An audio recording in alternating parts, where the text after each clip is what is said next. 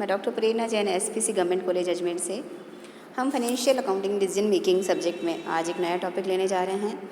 नाम है उसका जीरो बेस बजटिंग यानी शून्य आधार बजट। देखिए, जब हम बजट बनाते हैं तो हमने कहा कि हम फ्यूचर का प्लान करते हैं, वो हमारे बजट होते हैं जिसके अंदर हम हमारी जो मैनेजमेंट स्किल है, हमारा प्लानिंग है, हमारे कंट्रोल एस्पेक्ट को शो करने की कोशिश करते हैं।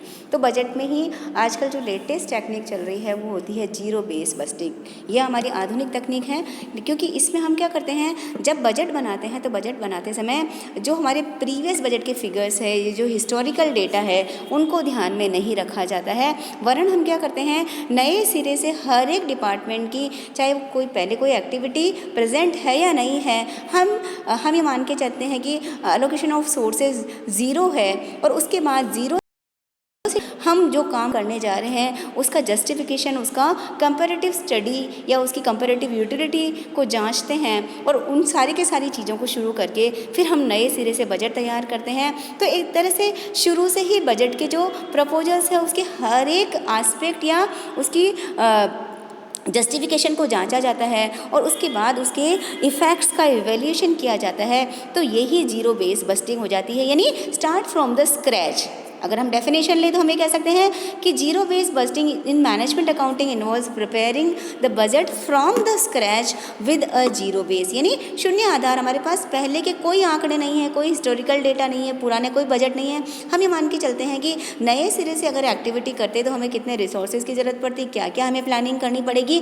तो चाहे वो प्लानिंग, चाहे हमारे रिसोर्सेज का एलोकेशन करना हो, उसके लिए हम जीरो यानी स्क्रैच मानते हैं, नील से शुरुआत करते हैं। तो हम हर चीज़ का रीएवैल्यूएशन करते हैं। हर एक जो हमारे चाहे वो कैश फ्लो है या जो भी एक्सपेंडिचर अगर हमें करने हैं तो उनके लिए कोई भी काम करना है तो उसके लिए एक तरह से जीरो से शुरुआत करनी है या स्क्रैच से शुरुआत करनी है। और उसको देखकर हम बजट के प्रपोजल्स रख रहे हैं उसके हर एक पहलू, उसकी औचित्य की जांच करते हैं और उसके प्रभाव का विश्लेषण करते हैं।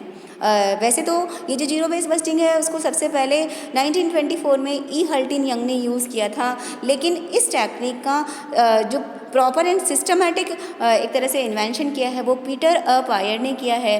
तो कई बार छोटा क्वेश्चन आपके पास आता है कि what do you mean by zero base budgeting और हु इज़ द एक तरह से father of zero base budgeting. तो पीटर पायर का आप नाम लिखेंगे और ये जो डेफिनेशन आपके सामने लिखी है उस डेफिनेशन को आप यूज़ कर लेंगे, राइट। तो कुल मिला के हम ये कह सकते हैं कि जीरो बेस बजटिंग में हम क्या करते हैं, एक ऐसी मैनेजमेंट टूल है जो सारी के सारी हमारी जो क्रियाएं हैं उनको करने के लिए हम एक तरह से पुनः आवंटन करने के लिए बात करते हैं और स्क्रैच से शुरुआत करते हैं। तो इस तरह से ये ऑपरेशन प्लानिंग या बजट का ऐसा प्रोसेस है जिसमें which requires each manager to justify his entire budget request.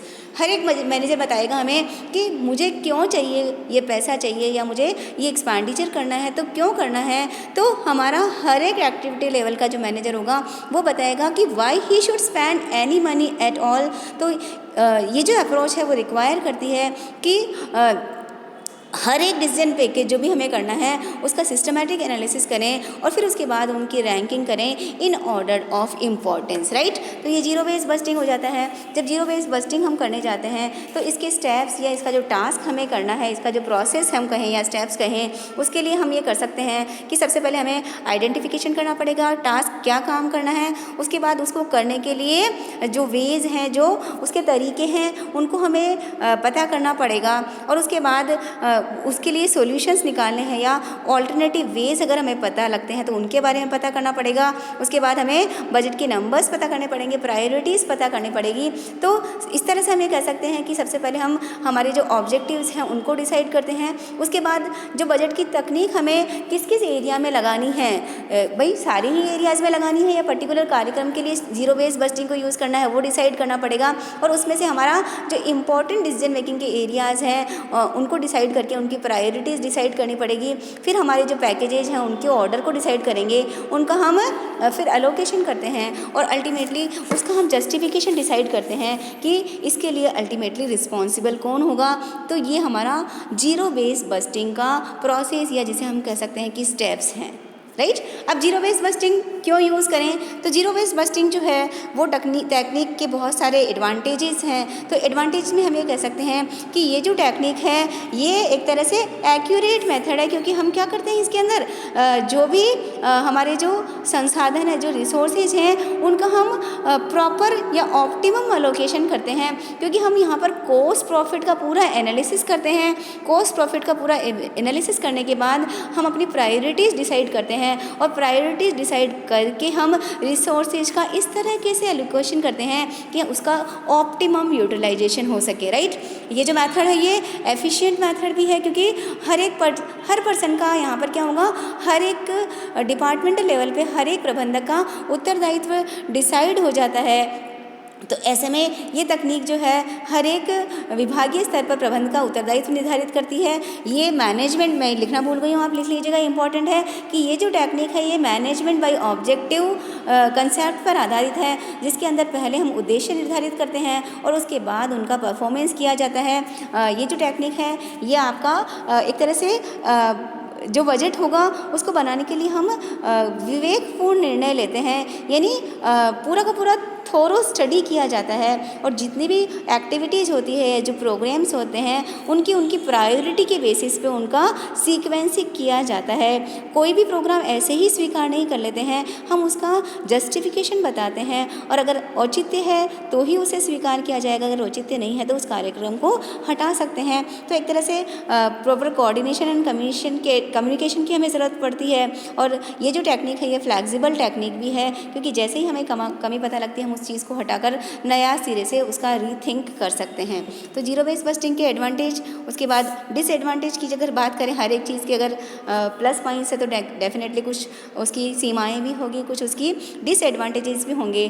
तो ये जो टेक्निक है, सबसे बड़ी बात है कि ये टाइम कंज्यूमिंग है, क्योंकि आपको स्टार्ट फ्रॉम द स्क्रैच करना है, जीरो से शुरू करना है। तो हर एक चीज़ को री अगर आप बार बार करेंगे उसी चीज़ को, तो ऐसे में हमें कह सकते हैं कि इस पर ज़्यादा लेबर या ज़्यादा टाइम कंज्यूमिंग हो जाता है ये। और उसके बाद हाई मैन पावर की रिक्वायरमेंट है, क्योंकि पूरा का पूरा आपको काम करना है, शुरू से ही काम करना है। तो एक तरह से पहली बात तो ये है कि हमें कुछ प्रबंधकों के सहयोग की भी ज़रूरत पड़ेगी, क्योंकि उनके समर्थन और सहयोग के बिना इस तकनीक को लागू नहीं किया जा सकता है। अगर हमारे कुछ कर्मचारी ऐसे हैं जिनके अंदर अगर एक्सपर्टीज़ नहीं है इस प्रोग्राम को लगाने का, तो फिर ऐसे में कई बार ऐसा हो जाएगा कि कर्मचारियों में ये असुरक्षा की भावना पैदा कर देगी। तो ऐसे में वो नॉर्मली नई चीज़ को लगाने के लिए तैयार नहीं होते हैं। उसके बाद सब्जेक्टिव इन नेचर है, थोड़ा रिजिड मेथड ज़रूर हो जाता है, और लॉन्ग टर्म प्लान्स अगर हमें बनाने हैं, गोल्स डिसाइड करने हैं, तो वैसे इसके लिए यूज़फुल नहीं होता है, क्योंकि शॉर्ट एक्टिविटीज़ को, शॉर्ट प्रोग्राम्स को इसमें ज़्यादा ध्यान दिया जाता है।